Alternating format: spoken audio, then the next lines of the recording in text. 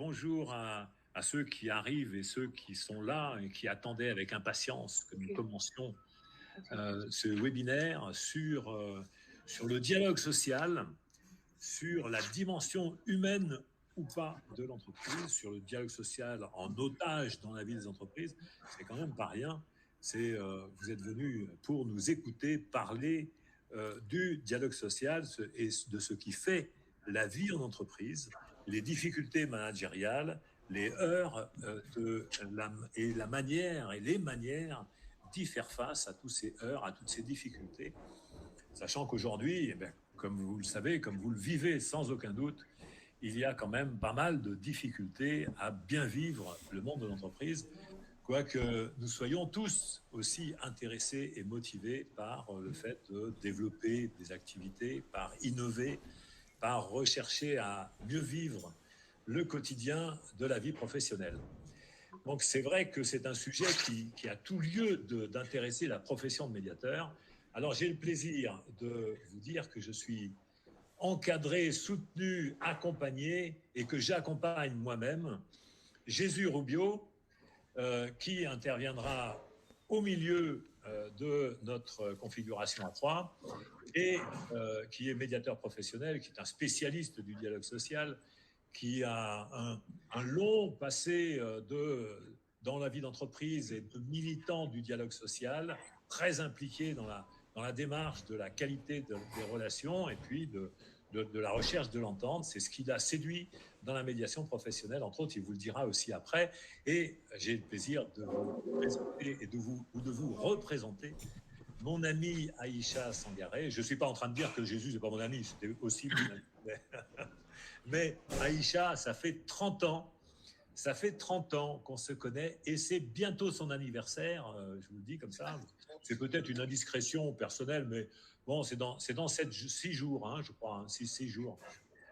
Voilà, bon, allez, je te le dis, hein, c'est le 21 mars, il faut quand même que les gens le sachent pour qu'ils puissent s'envoyer des coucous sur les réseaux sociaux, etc., comme ça se fait maintenant beaucoup. Et ça rapporte quand même de la qualité de vie, d'être comme ça, attentionné aux autres parfois. C'est parfois suffisant pour ce qui est de pratiquer la reconnaissance au quotidien et non pas cette foutue vieille considération qui fait qu'on regarde les gens par-dessus au lieu de les regarder bien en face par la reconnaissance. Donc, je voudrais commencer par vous dire que j'ai initié, bien sûr, la profession de médiateur et j'ai écrit le premier bouquin sur le sujet qui s'appelle « Pratique de la médiation professionnelle ». Hein, vous voyez mon nom, Jean-Louis Lascou, dessous. Et vous pouvez aussi vous procurer mes ouvrages hein, dans toutes les bonnes librairies. Ce n'est pas la peine d'aller sur des plateformes en ligne d'achat, de commerce, etc. Allez chez votre libraire. C'est sympa de passer une commande et puis c'est pas très pressé, c'est pas urgent d'avoir ces livres quand même essentiels dans la vie, pratique de la médiation professionnelle. Et il y en a d'autres, tels que l'étude deviendra médiateur, etc., pratique de l'ingénierie relationnelle, puisque nous allons plus parler ici de l'ingénierie relationnelle. Donc je suis le président de l'école professionnelle de la médiation et de la négociation. Jésus Rubio en est un formateur éminent et Aïcha en est la directrice générale, intervenant aussi dans son pays où elle a promu le développement de la médiation professionnelle en Côte d'Ivoire, donc avec une attention toute particulière parce qu'elle y tient beaucoup, parce que c'est important aussi que la qualité du dialogue soit bien développée au sein de... alors, je ne sais pas, mon ordinateur me dit que mon micro ne marche plus. Est-ce que c'est vrai ? Non, c'est pas vrai. Bon, il dit à peu près n'importe quoi, mais ça, c'est pas un problème. Hein, on s'y retrouvera. Donc, je voulais vous dire que quand on parle de la... Si vous avez un souci de son, n'hésitez pas à rafraîchir votre page. Alors, voilà. Hein, donc, en fait, je n'ai pas de souci de son. Merci Xavier, de ce petit message. Et donc, ce que je voulais vous dire, c'est que quand on parle de dimension humaine, quand on se pose la question de savoir si la dimension humaine existe encore dans l'entreprise, je voulais juste que nous puissions revenir sur cette idée-là. Il y a quelques années, il y a un chercheur qui était centré sur le développement des plateformes Internet sur le système judiciaire. Donc, il prend contact avec moi et il me demande, en fait, s'il n'y a pas une déshumanisation du système judiciaire avec les nouvelles plateformes numériques. Et il me dit, qu'est-ce que vous pensez de cette déshumanisation? Alors, je vais vous dire que ma réponse ne lui a pas plu du tout. Il ne lui a pas plu et je lui ai dit, ce que je vais vous dire, ça ne va pas vous plaire. Alors, je vous le dis aussi, peut-être que ce que je vais dire ne va pas vous plaire. Faites attention, parce que si je le dis et que ça ne vous plaît pas, je vous aurais prévenu quand même. Hein, c'est peut-être parce que c'est pas forcément ce que je vais dire qui va pas être vrai. Hein, peut-être que c'est vous qui ne voudrez pas entendre cette vérité simple. Alors, en tout cas, pour lui, c'était pas acceptable. Donc, il était chercheur dans son domaine et il voulait avoir des réponses précises. Alors, j'ai commencé à lui faire remarquer que donc sa question était très inductive. Hein, si je répondais que c'était une bonne chose qu'il y ait cette démarche qui soit initiée et développée, je pouvais m'engager dans la défense de l'intérêt de ne pas tenir compte de ce qui fait notre humanité pour rendre des décisions potentiellement très engageantes pour chaque humain. Parce que, voilà, tout le système déshumanisé allait commencer à être utilisé pour rendre des décisions pour des humains. Est-ce que je pouvais dire que c'était une bonne chose? Alors, je lui dis, mais si je réponds que oui, ça risque de poser problème par rapport à ma posture. Si je répondais que c'était une mauvaise chose, eh bien, je me retrouvais aussi coincé, parce que si c'était une mauvaise chose, ça voulait dire que j'étais pas proche de l'idée du progrès, de l'innovation. Donc, d'une manière comme d'une autre, j'étais coincé. Alors, j'étais coincé par quoi? De toute évidence, il semblait que je ne pouvais pas opter pour la déshumanisation. Mais je ne pouvais pas non plus opter pour l'absence de progrès. D'une manière comme d'une autre, sa question, c'était sa question en fait, qui posait problème. Alors, je lui ai répondu que le recours au numérique n'avait rien d'une déshumanisation. C'était, et c'est, notre humanité qui développe ces outils-là. Il n'y a pas du tout de déshumanisation. Au contraire, c'est un renforcement de tout ce qu'on peut mettre en œuvre pour humaniser encore mieux notre relation aux choses. Alors, qu'est-ce qu'il y avait qui pouvait me gêner, me heurter? Alors, excusez-moi, le papier qui frotte sur le micro parasite l'écoute, pourtant le discours est instructif. C'est merci Arnaud, je vais faire attention au papier effectivement sur lequel je m'exprime un peu, puis qu'en fait il est tout seul. Hein. Donc, mais il fait beaucoup de bruit tout seul. Donc je lui ai donc répondu, non seulement c'est l'œuvre de l'humanité, mais en plus c'est quelque chose qui en fait tend à fonder des décisions qui ont été prises par des humains. Et c'est là où en fait la chose pêche. C'est que dans ce système-là, il y a une utilisation du passé pour prendre des décisions qui conditionnent l'avenir. C'est-à-dire que les mesures du passé, les décisions judiciaires qui sont utilisées sur ces plateformes numériques sont des décisions du passé qui ne prennent pas en considération certaines évolutions, certaines conditions, certains contextes nouveaux. Et donc, les juges qui avaient pris ces décisions avant prendraient-ils les mêmes maintenant? Le vrai problème était là. Alors, ma réponse, ça ne lui a pas plu parce qu'elle n'était pas prévue dans ces cases. Alors, je voudrais revenir sur cette idée-là. La dimension humaine de l'entreprise n'a jamais abandonné l'entreprise. Elle est toujours présente, même sous ses côtés les plus terribles, les plus difficiles, Mais qu'est-ce qui fait la particularité de cette dimension humaine? Eh bien, c'est qu'il y a eu un changement culturel qui n'est toujours pas pris en compte dans l'évolution des gouvernances, dans les évolutions managériales. Regardez, on en est encore à utiliser des référentiels de psychologues de 1945 qui n'ont plus rien à voir avec les contextes d'aujourd'hui. Quand on parle, par exemple, de la pyramide de Maslow, qui est une pure fantaisie, qui est en fait un système hiérarchique qui ne représente le monde qu'au travers de l'idée qu'il y a ceux qui seraient en haut et qui seraient en capacité de pouvoir satisfaire des besoins supérieurs, et que la piétaille du bas ne saurait pas faire autrement que de rechercher à satisfaire ses besoins primaires. Donc on se dit, mais à quel moment les personnes sont-elles en situation de pouvoir évoluer? Eh bien, on les situe sur une pyramide. C'est cette pyramide-là qui est toujours enseignée dans les écoles de management comme étant une vérité d'aujourd'hui, alors qu'on sait bien qu'en réalité, enfin pour ceux qui sont les plus avancés dans ces approches-là, parce qu'à croire que dans les écoles supérieures, ils sont toujours pas très avancés, les profs qui font ces enseignements de management. Il faudrait qu'ils s'actualisent. Le problème de cette dimension humaine de l'entreprise, c'est qu'en fait, les référentiels de la gouvernance ne sont plus adaptés à la situation d'aujourd'hui.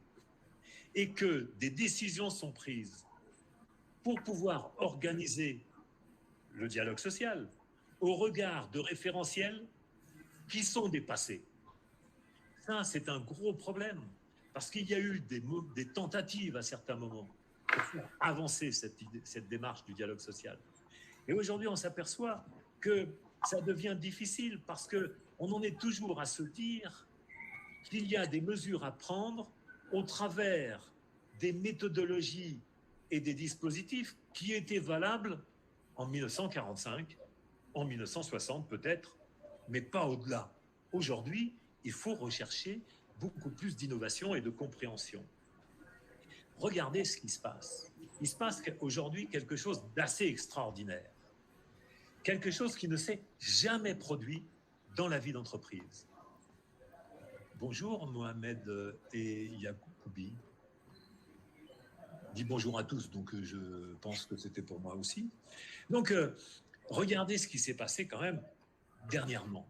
Il s'est passé quelque chose qui ne s'est jamais produit, disais-je, avant.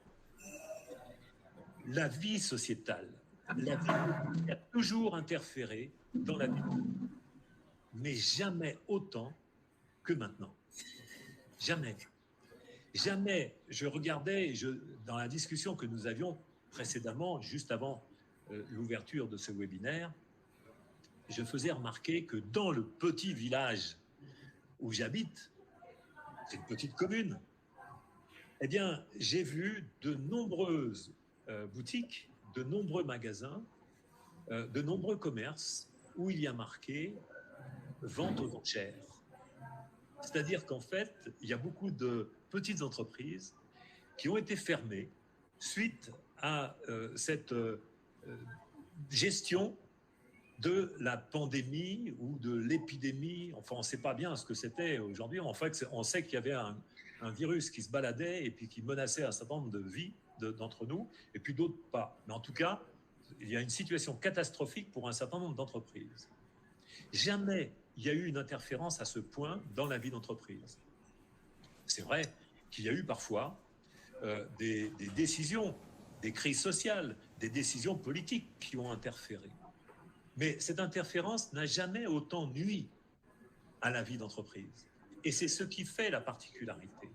C'est qu'aujourd'hui, le dialogue, la vie d'entreprise, la qualité de vie d'entreprise, la confiance que les salariés doivent pouvoir avoir dans la gouvernance, et la gouvernance aussi avec les salariés, n'a jamais été un enjeu aussi important. Donc, il y a parmi nous, il y a donc Jésus Rubio, qui va vous présenter ce qu'il y a comme conséquence du dialogue social et à savoir comment il va falloir organiser ce dialogue social. On a entrepris avec le PMN, l'école professionnelle de la médiation et de la négociation, on a entrepris beaucoup de recherches, beaucoup de travaux avec notre centre de recherche, le CRESIR, avec l'ensemble des médiateurs professionnels, de la Chambre professionnelle de la médiation et de la négociation, avec le réseau Via Médiation.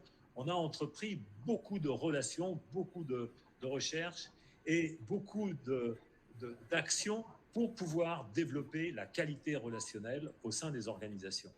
Donc je vous remercie tous d'être venus aussi nombreux déjà à ce webinaire, et je passe la parole à Jésus qui va être plus précis pour ce qui est des conséquences du recours au dialogue social contributif dans les organisations. Je vous remercie de votre attention. Merci à toi Jean-Louis. Et puis merci aussi d'avoir introduit cette discussion en rappelant que finalement, quand on parle de l'humain au cœur du dialogue social, l'humain au cœur de l'entreprise est-elle en train de se déshumaniser, la société perd-elle la notion de l'humain, etc.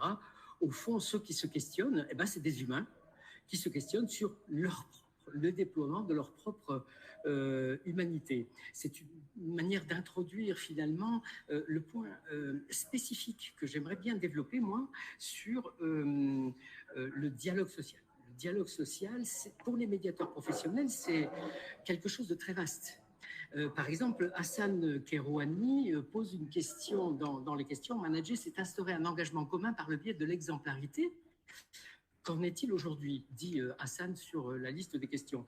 Alors, est-ce qu'aujourd'hui, c'est plus une question d'exemplarité ou bien est-ce que ça n'est pas plutôt une question d'implication ? Quel est le rôle, quelle est la contribution que chacun des éléments, chacune des personnes de l'entreprise va apporter à l'entreprise? Comment l'entreprise elle-même va-t-elle organiser les relations en son sein?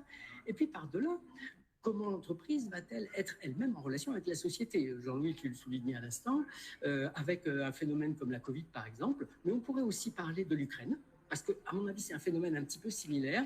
Eh bien, on voit la vie civile qui rentre véritablement dans l'entreprise, qui pousse, qui soutient, qui sollicite, avec des conséquences considérable sur la vie des entreprises dans leur ensemble. Alors, au milieu de cette problématique-là, qui est une problématique typique de la médiation professionnelle, je voudrais le souligner, parce qu'Aïcha va vous parler tout à l'heure de ce que la médiation professionnelle propose en termes d'acquisition de compétences, et ça, c'est vraiment une orientation qui est primordiale pour la médiation professionnelle, et ce n'est pas le cas pour tout le monde. Par exemple, quand on parle de dialogue social, on parle souvent, en réalité, de quelque chose qui est beaucoup plus restreint que ça, mais ô combien structurant et fondamental dans une société comme la société française d'aujourd'hui, c'est la négociation sociale entre des gens qu'on appelle couramment des partenaires, mais on va voir que ce terme est compliqué, des interlocuteurs sociaux qui sont en général les représentants des employeurs et les représentants des salariés, ou directement les employeurs et les salariés dans les sociétés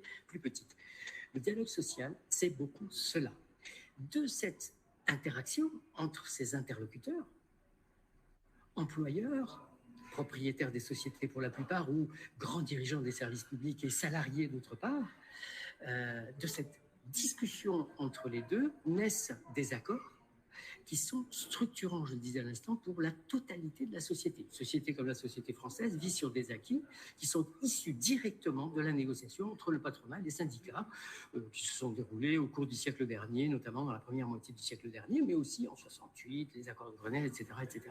Donc on voit que le dialogue social, c'est quelque chose qui est, de ce point de vue-là, beaucoup plus restreint que ce que tu évoquais, Jean-Louis, quelque chose qui est d'une extrême importance. Or, le problème aujourd'hui, peut-être, et j'espère que s'il y a parmi vous des négociateurs sociaux au sens patronal comme au sens salarié, vous pourrez intervenir dans les questions ou dans le chat. Est-ce qu'on ne doit pas considérer aujourd'hui que cette richesse de la discussion sociale entre des interlocuteurs qui ont des intérêts à défendre, qui ont des points de vue divergents, qui ont des positions divergentes dans la société, que ce dialogue, il est aujourd'hui quasiment totalement en panne. Il ne se produit plus rien. Il n'y a pas de grands accords, les branches peinent à se réunir et à trouver des interlocuteurs. Certains interlocuteurs, même, et pourtant extrêmement crédibles, considèrent que cette notion de dialogue n'est même plus pertinente. Ils refusent de se considérer comme comme des interlocuteurs dans un dialogue, des partenaires dans un dialogue qu'ils réfutent parce qu'ils considèrent, je pense par exemple à des syndicats comme la CGT au Sud, parce qu'ils considèrent qu'il n'y a pas de véritable partenariat et qu'il n'y a pas de véritable dialogue. Ils considèrent ça à partir de leurs propres revendications. C'est vrai aussi, ô combien, du côté des employeurs et des organisations qui les représentent. Donc voilà cette portion fondatrice de la société d'aujourd'hui qui est totalement en panne. Et là, je voudrais attirer votre attention sur le fait que la médiation professionnelle et l'ingénierie relationnelle plus généralement se proposent avec beaucoup de ténacité, beaucoup d'ambition, d'apporter à ces négociateurs, valorisant l'importance que représente cette discussion et ce dialogue, ou cette interaction, pour nous froisser personne parmi les interlocuteurs, la médiation professionnelle, l'ingénierie relationnelle se propose d'apporter dans cette négociation un certain nombre, une vision particulière, une vision nouvelle, particulière, et des techniques, des principes, une méthodologie qui sont contributives pour redynamiser, ou en tout cas participer à la redynamisation du dialogue social. Qu'est-ce que ça veut dire ? Par exemple, cette proposition, elle est fondée sur un principe, sur une posture plus exactement, qui est la posture du médiateur.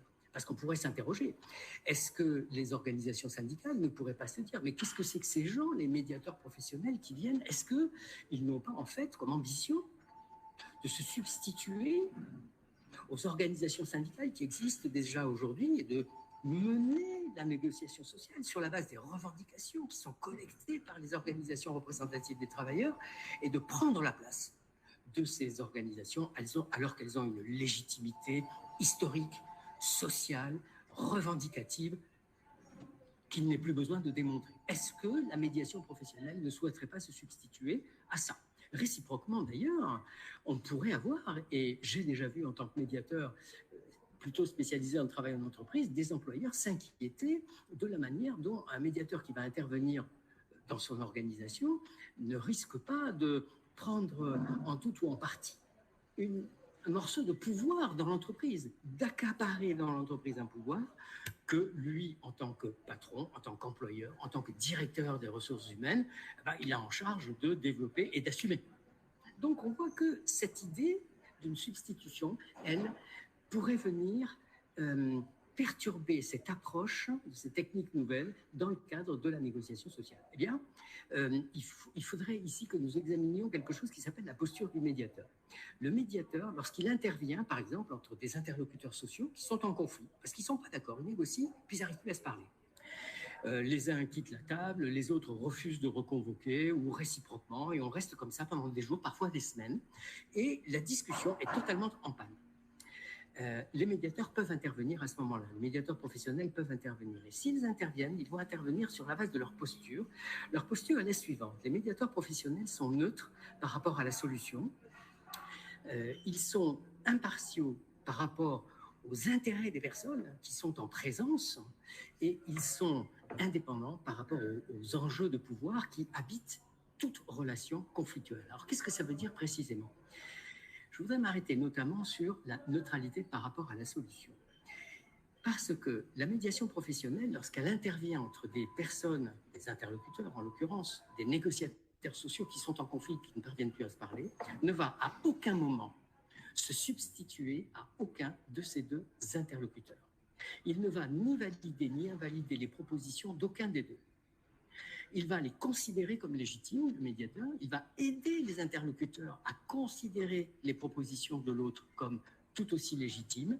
Et il va favoriser, par ses techniques, par ses principes, par sa méthodologie, il va favoriser un échange, une mise en commun des différentes solutions pour rechercher quelque chose qui, au départ, est inimaginable et qui est en fait une solution qui sera non pas celle du médiateur ou de la médiateur qui accompagne les interlocuteurs sociaux, mais bien la solution que les deux interlocuteurs, les deux partenaires, auront ensemble définie en fonction de quoi ? De leur position, de leur vision, de leur projet propre. Donc ça, c'est une dimension qui est absolument essentielle, qui fait que aucun interlocuteur social ne saurait avoir quoi que ce soit à craindre d'une présence des médiateurs professionnels à un moment ou à un autre dans la négociation sociale et qu'aucun interlocuteur social n'a quoi que ce soit à redouter d'un apprentissage des principes, des méthodologies et des techniques de la médiation professionnelle pour les intégrer dans ce cadre tellement important de la négociation sociale en direct avec son interlocuteur, que ce soit un employeur ou un directeur des ressources humaines vis-à-vis de ses interlocuteurs syndicaux, les délégués syndicaux, les délégations syndicales qui négocient, ou réciproquement, aucun délégué syndical, aucun négociateur salarié vis-à-vis de ses interlocuteurs patronaux, la direction de l'entreprise ou ses représentants. Il ne peut y avoir aucun dommage causé par la médiation professionnelle, que ce soit parce qu'elle est à vos côtés, ou que ce soit parce qu'elle vous enseigne ces principes, ces méthodes et ces techniques. Il ne peut y avoir aucun dommage causé par la médiation professionnelle à vos propres positionnements, à vos propres revendications, à vos propres visions de la société telles que vous les souhaitez. Au contraire, la mise en œuvre de ces concepts, de cette vision technique de la négociation ne peut que vous aider à afficher de manière plus pertinente, plus reconnue, plus complète ce qu'est votre projet pour l'entreprise, que vous soyez d'un côté, comme on dit, ou que vous soyez de l'autre. Donc moi, j'insiste beaucoup là-dessus. Aujourd'hui, la médiation professionnelle est assez communément sollicitée par les directions, mais pas à l'intérieur du dialogue social. Les directions des ressources humaines sollicitent les médiateurs professionnels très couramment lorsqu'il y a des conflits qui empêchent au sein de l'entreprise, mais pas les conflits sociaux. Le conflit social, c'est un cas particulier de conflit, parce que c'est un conflit qui est en réalité dans le dialogue, dans le projet, dans la mise en œuvre d'un projet de société. Là, nous parlons de conflits interpersonnels entre des salariés qui bloquent, parasitent, entravent le fonctionnement de l'entreprise. Alors, les directions font appel à nous et nous aidons les salariés en question à définir leurs solutions de telle sorte qu'elles s'emboîtent dans la politique de l'entreprise et que l'entreprise l'accompagne, cette solution, pour trouver la réponse à son problème. Eh bien, mais en revanche, il est extrêmement rare, et c'est tellement dommage, que les représentants des salariés, les CSE, lorsqu'on parle des élus, les CSSCT ou les CHSCT dans la fonction publique, lorsqu'on parle de l'accompagnement des conditions de vie, des conditions de travail, de la santé au travail des salariés, etc., les organisations syndicales, qui sont des interlocuteurs absolument majeurs, fondamentaux, quelles que soient leurs orientations, quelle que soit leur intransigeance, quelle que soit leur étiquette, quelle que soit leur sensibilité, toutes les organisations syndicales représentatives des salariés ont toute légitimité citoyenne à solliciter un médiateur professionnel, une médiateur professionnelle pour les accompagner, pour leur montrer comment la médiation professionnelle pourrait les outiller dans le cadre de leurs revendications et sans avoir jamais aucun point de vue extérieur sur ces mêmes revendications. Alors c'est une question que je voudrais poser, notamment dans le cadre de ces conférences de préventive, parce que c'est bien ces interlocuteurs-là qui se rencontrent ici.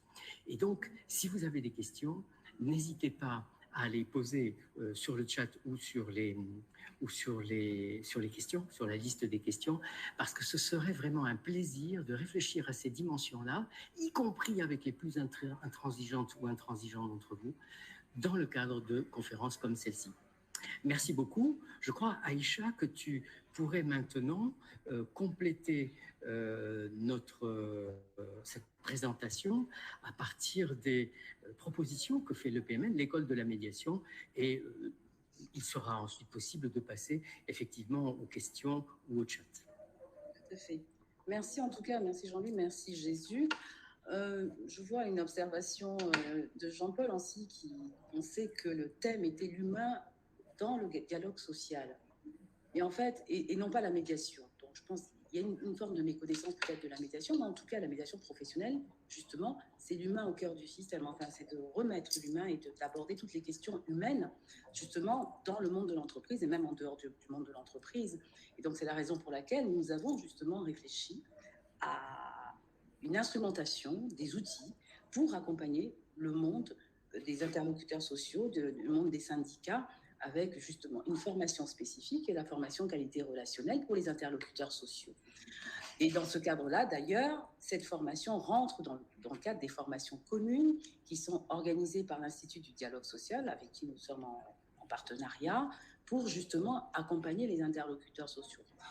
Jean-Louis et Jésus ont suffisamment présenté aujourd'hui, notamment le changement dans lequel nous nous trouvons, et il était important de pouvoir réfléchir à une nouvelle discipline, des nouvelles compétences qui se retrouvent dans notre discipline de la médiation professionnelle, qui a développé une ingénierie relationnelle, donc une expertise autour des relations. Donc nous avons le PMN spécialisé en tout cas sur toutes ces questions et accompagne parce que bien entendu, la relation ça s'apprend et il faut aujourd'hui des outils nouveaux.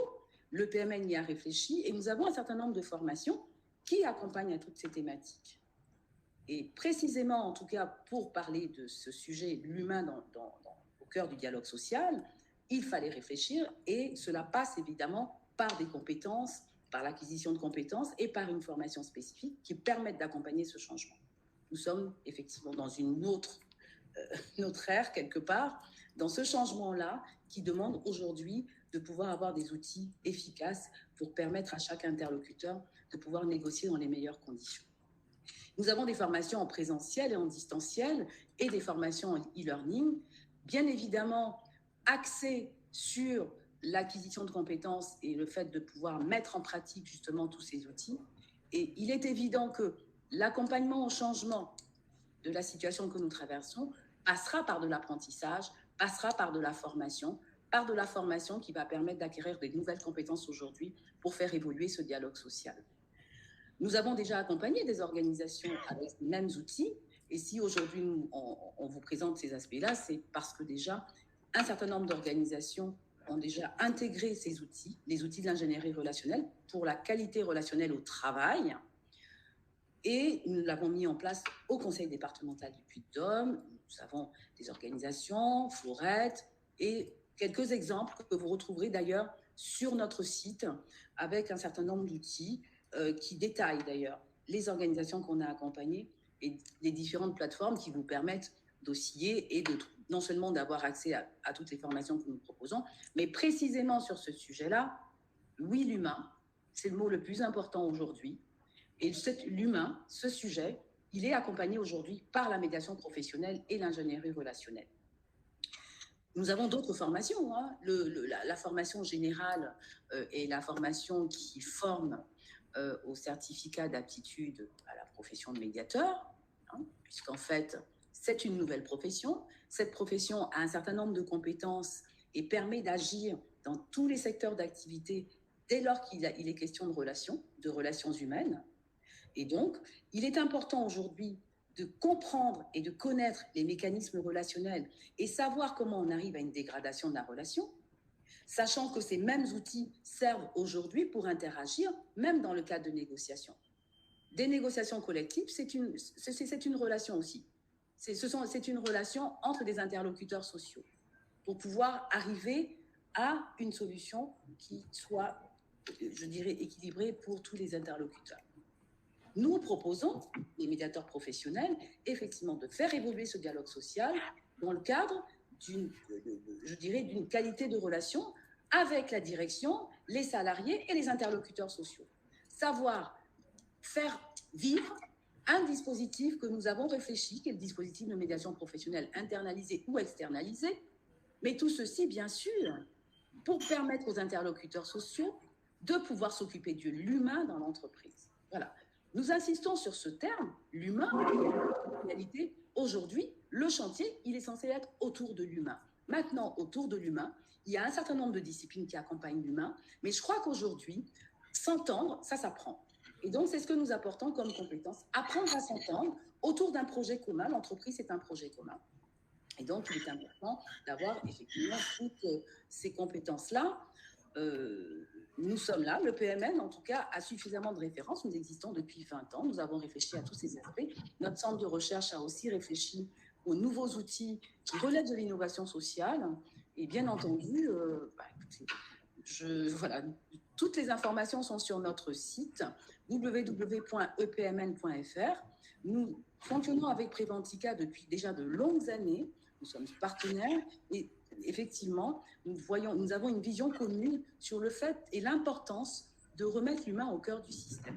Voilà, donc bien entendu, je vous donne rendez-vous sur nos différentes plateformes, ce qui vous permettra de découvrir cette approche, l'approche de la médiation professionnelle en termes de réponse, la médiation professionnelle et ingénierie relationnelle en termes de réponse, justement pour accompagner aujourd'hui ce changement que nous vivons. Merci. Alors, Aïcha, merci Aïcha, merci Jésus.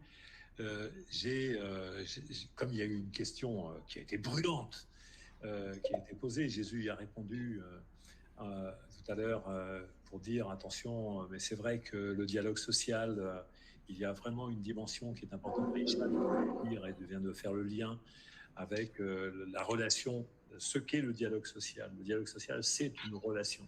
Et la médiation professionnelle s'intéresse aux relations, à ce qui fait justement la relation et à ceux qui font la relation.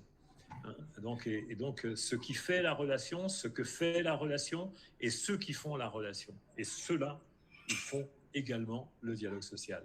D'où le fait que notre organisation, notre centre de formation, notre école, et puis l'ensemble des médiateurs professionnels, comme Jésus Rubio le rappelait tout à l'heure, interviennent sur ces thématiques depuis des années et accompagnent les entreprises et les personnes dans les entreprises à améliorer leur dialogue. Alors, améliorer le dialogue, c'est quoi? On le voit bien, c'est aussi faire face à tout ce qui est les travers du management.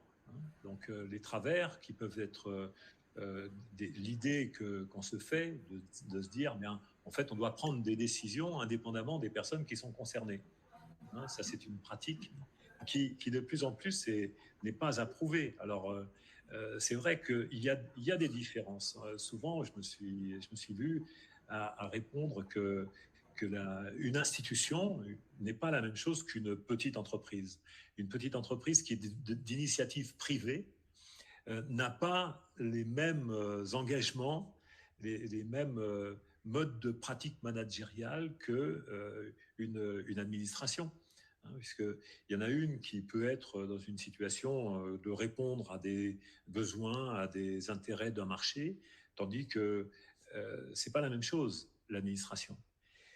Une administration, un service public, par définition, ce n'est pas du tout une entreprise privée. Et manager une entreprise privée comme une administration, c'est aussi absurde que le contraire. Ce n'est pas le même management qui devrait prévaloir. On voit bien que le dialogue social dans une organisation publique pose des exigences qui ne sont pas les mêmes que dans des entreprises privées. C'est-à-dire qu'en fait, il y a des priorités, des urgences, des exigences dans le monde de l'administration qui ne sont pas du tout les mêmes que dans une entreprise privée. Je prendrai un exemple.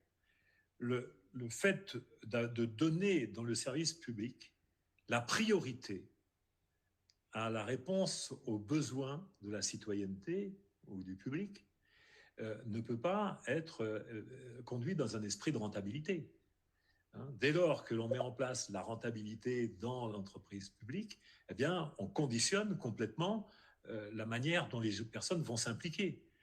Si je fais fonctionnaire si j'ai un poste de fonctionnaire dans une institution, une collectivité territoriale, par exemple, pour répondre à des besoins de personnes dans les écoles, et bien là, ma priorité, ça va être vraiment la qualité du service avec une relation à l'urgence, à la non-rentabilité, qui doit être évidente. Et c'est ça, le problème, c'est qu'aujourd'hui, quand on parle de déshumanisation, eh bien, on a tendance à vouloir dire qu'on fait passer des intérêts particuliers, qui peuvent être des intérêts financiers, par-delà la priorité de l'humanité. Alors, oui, je veux dire qu'on ne manage pas une entreprise privée comme une administration, c'est certain. Mais le dialogue, en tout cas, entre les personnes, eh bien, il passe nécessairement par des éléments d'ingénierie relationnelle, de qualité relationnelle, que l'on identifie clairement la pratique de la médiation professionnelle. D'où le lien que nous faisons entre ces deux contextes-là, ces deux approches. Et je dirais, c'est vrai qu'aujourd'hui, il y a une démarche sur des formations dites communes avec format dialogue. Super outil pour pouvoir amener les personnes autour de la table et pouvoir discuter entre elles, que ce soit la direction, avec les représentants du personnel ou des salariés. Super outil. Nous, on a mis en place des formations depuis longtemps qu'on a appelées qualité relationnelle au travail, la QRT. Alors, ça a donné la QRT-IS avec le développement qu'on a fait Jésus Rubio, et qui a dit, mais en tout cas, la qualité de la relation au travail pour les interlocuteurs sociaux. Alors, avant, on parlait de partenaires sociaux. Moi, j'ai souvent dit, j'ai toujours vu dans les entreprises, les adversaires sociaux. Mais ça, disons que QRT-AS, ça serait peut-être pas bien passé parce que c'est la qualité relationnelle au travail des adversaires sociaux. On va dire, mais là, il y a de quoi faire. Mais ça serait pas un non-sens, en fait. Parce qu'en fait, est-ce que les intérêts sont les mêmes? Alors, ce que je vous disais tout à l'heure, c'est que dans l'administration, par exemple, il y a des obligations. Il y a une obligation qui fait qu'il y a des systèmes de traitement des signalements de violence au travail qui sont mis en place. C'est des dispositifs obligatoires. Alors, on accompagne la mise en place de ce dispositif-là, parce que c'est prévu par les textes, et on fait en sorte, c'est vrai, de valoriser la qualité relationnelle. Parce que c'est pas en valorisant la souffrance au travail, le droit de la plainte, qu'on peut arriver à promouvoir la qualité relationnelle. C'est toute la réflexion qu'on peut avoir sur l'idée de la servitude volontaire et de l'entente sociale. Si on valide le côté de servitude, eh bien, on valide le côté de plainte, de légitimité de plainte. Moi, je suis toujours sur l'idée qu'il faut valoriser le fait que les personnes sont en situation de pouvoir améliorer les relations. Ça, c'est essentiel. Et c'est notre vocation, c'est notre mission, en fait, de société, d'organisation, de promouvoir la qualité relationnelle partout et de vous apporter les outils pour ça. Et c'est vrai que je le vois, les médiateurs professionnels, quand ils interviennent, eh bien, ils favorisent la résolution de problématiques relationnelles qui durent depuis des années. Ils favorisent la résolution de ces problèmes en l'espace de quelques jours. Et quand je dis quelques jours, c'est moi personnellement, je suis intervenu sur des conflits qui duraient depuis 5 ans, qui empestaient tout le monde, qui empestaient la qualité des relations du dialogue social, qui empestaient les relations au quotidien, qui faisaient que même les personnes qui étaient elles-mêmes mises en cause se retrouvaient dans des situations de plainte. Donc on nageait en pleine difficulté humaine.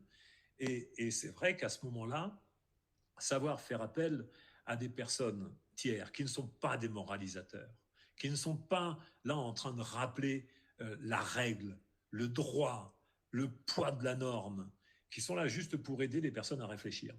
Et réfléchir, pour certains, c'est une nouveauté. C'est quelque chose de tellement incroyable que Jésus évoquait tout à l'heure. Il disait, on rentre dans l'inimaginable discussion. Eh bien, c'est cette discussion-là qu'on initie souvent dans les entreprises, souvent entre les personnes, pour pouvoir leur permettre de résoudre ces difficultés et d'accompagner, c'est vrai, un nouveau dialogue social. Alors, un nouveau dialogue social qui ne s'enferme pas sur l'entreprise, mais qui nécessite, de toute évidence, la formation des représentants des salariés, mais la formation aussi de la direction. Parce que, je le disais en introduction, quelle est cette formation que les dirigeants ont reçue, que moi-même, dans ma prime jeunesse de consultant d'entreprise, j'ai dispensé dans les entreprises, sans y avoir réfléchi. Et puis après, maintenant que j'y réfléchis, je me dis, mais quelles sont ces abominations de représentation que je dispensais dans les formations?